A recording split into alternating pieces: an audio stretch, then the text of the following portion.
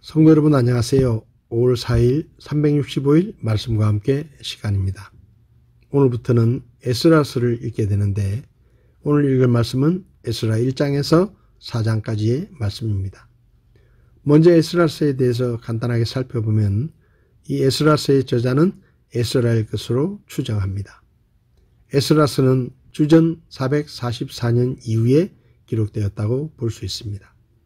에스라서의 기록 목적은 바빌론 포로 귀환 이후에 팔레스타인의 유다인 사회에 있었던 성전 건축의 역사를 기록하기 위해서 기록되었고, 그리고 바빌론 포로 귀환과 성전 재건을 통해 하나님의 역사하심을 후대들에게 보여주기 위해 기록된 성경입니다.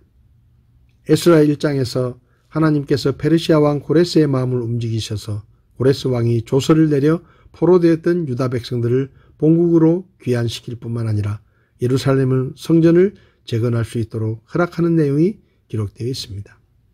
유다 지파와 베냐민 지파와 레위 사람들과 다른 지파의 몇몇 열심 있는 사람들은 많은 보물들과 짐승들과 약탈당했던 성전 기구들을 가지고 예루살렘으로 돌아올 수 있게 되었습니다. 이 장에는 스룹바벨의 인도 아래 본국으로 귀환한 사람들의 명단이 기록되어 있습니다. 그들은 예루살렘과 유다 지역에 있던 자신들의 이전 집에 다시 정착하고 이 장의 명단은 느헤미야 7장에서 다시 기록됩니다. 이 명단은 고레스 칙령에 반응한 유다 사람들이 그 칙령을 하나님의 예언이 성취되는 것으로 여겼다는 점을 입증해 줍니다.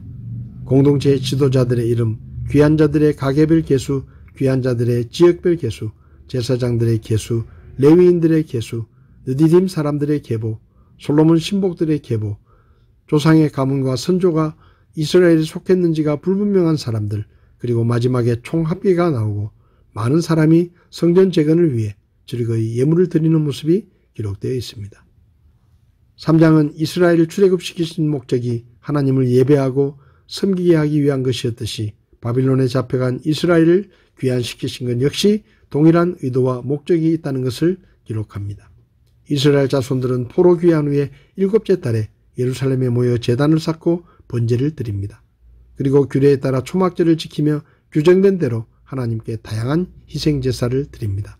그 후 성전 재건을 위해 각종 건축 자재들을 모았고 포로 귀환 다음 해부터 본격적으로 성전 건축이 시작됩니다. 성전의 기초를 놓을 때 제사장들이 예복을 입고 나팔을 불며 하나님을 찬양하며 즐거워했습니다.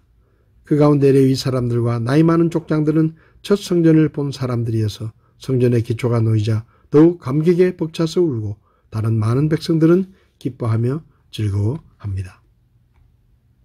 4장은 예루살렘 성전 재건과 성벽 복구 사업을 방해한 자들이 있었음을 보여줍니다. 성전 건축을 시작한 무렵 우상과 하나님을 함께 섬기던 유다와 베냐민의 대적들이 성전을 함께 건축할 것을 제의하지만 스룹바벨과 예수아는 이를 단호히 거절합니다. 이들이 성전 재건에 참여를 거절한 이유는 종교적 혼합주의를 막기 위해서였습니다.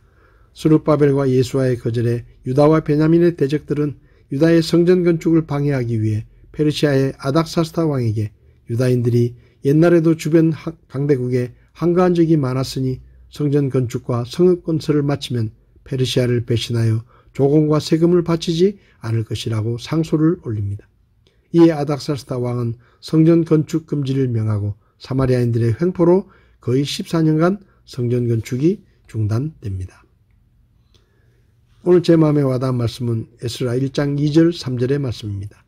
페르시아 왕 고레스가 이같이 말하노라. 주 하늘의 하나님께서 땅의 모든 왕국을 내게 주시고 또 내게 명하사 유다에 있는 예루살렘에 자신을 위해 집을 건축하게 하셨나니 그분의 모든 백성 중에서 너희 가운데 거하는 자가 누구냐? 그의 하나님께서 그와 함께 계시기를 원하노니 그는 유다에 있는 예루살렘으로 올라가 주 이스라엘의 하나님의 집을 건축하라. 그분은 하나님이시요 그분의 집은 예루살렘에 있느니라. 유다 백성들이 하나님을 등지고 우상을 숭배하자 하나님께서 그들에게 대언자들을 보내 심판을 경고하시며 우상 숭배에서 돌이키라고 말씀하셨습니다. 그러나 유다 왕과 백성들은 돌이키지 않았고 결국 바빌로니아의 침략을 받고 멸망했습니다. 나라가 망하고 수많은 유다 백성들이 바빌로니아의 포로로 붙잡혀 갔습니다. 그러나 유다를 멸망시킨 바빌로니아도 오래가지 못했고 페르시아 왕 고레스에 의해 멸망했고 포로로 잡혀간 유대인들은 페르시아의 포로가 되었습니다. 나라가 망하고 포로로 잡혀간 유대인들은 그들의 고향 예루살렘을 그리워하며 고향으로 돌아가기를 간절히 원했지만 그들이 고향 땅으로 돌아갈 가능성은 전혀 없었습니다. 그런데 어느 날 페르시아 왕 고레스가 유대인들을 향해 고향으로 돌아가도 좋다는 명령을 내리며 주 하늘의 하나님께서 땅의 모든 왕국을 내게 주시고 또 내게 명하사 유다에 있는 예루살렘에 있는 성전을 건축하게 하셨다. 이제 모든 하나님의 백성은 유다 예루살렘으로 돌아가 주 이스라엘의 하나님 성전을 건축하라. 너희 하나님께서 너희와 함께 하시기를 바란다. 그분은 하나님이시고 그분의 집이 예루살렘에 있느니라 라고 말했습니다. 이상하지 않습니까? 페르시아 왕이 왜 자기 손에 있는 포로들을 스스로 유대 땅으로 돌려보내려고 한 것일까요? 이사야 44장과 45장을 보면 고레스를 보시고는 너는 내가 세운 목자다. 나의 뜻을 모두 내가 이룰 것이다 하시며 예루살렘을 보시고는 내가 재건될 것이다 하시며 성전을 보시고는 너의 기초가 놓일 것이라 하신다라고 말씀하고 내가 고레스를 세웠고 그가 나의 도시를 건축하며 나의 사로잡힌 자들을 값이나 보상도 없이 놓아주리라. 만군의 주가 말하노라 라고 기록되었는데 170년쯤 지나서 고레스가 이 말씀을 읽고 자기 이름까지 언급된 것을 보고 놀라고 두려워하며 하나님을 인정하고 하나님의 말씀에 순종해서 유다 백성들을 유대 땅으로 돌려보내려고 한 것입니다. 성도 여러분, 하나님을 알지 못하는 이방인 왕도 하나님의 말씀을 알고 두렵고 떨리는 마음으로 하나님을 인정하고 그분의 말씀에 순종했는데 하나님의 은혜로 구원받은 우리는 얼마나 하나님의 말씀에 순종해야 하겠습니까? 고레스는 자신이 왕이 된 것이 하나님의 뜻이라고 생각했고 그리고 자기에게 맡겨진 하나님의 성전을 재건하는 일을 위해 기꺼이 포로들을 돌려보내며 그 성전을 재건하는 일을 도왔습니다. 이방 왕이 이렇게 하나님의 말씀에 순종함으로 하나님의 성전이 다시 세워졌습니다. 성도 여러분, 우리는 하나님의 백성입니다. 구원받은 하나님의 자녀들입니다.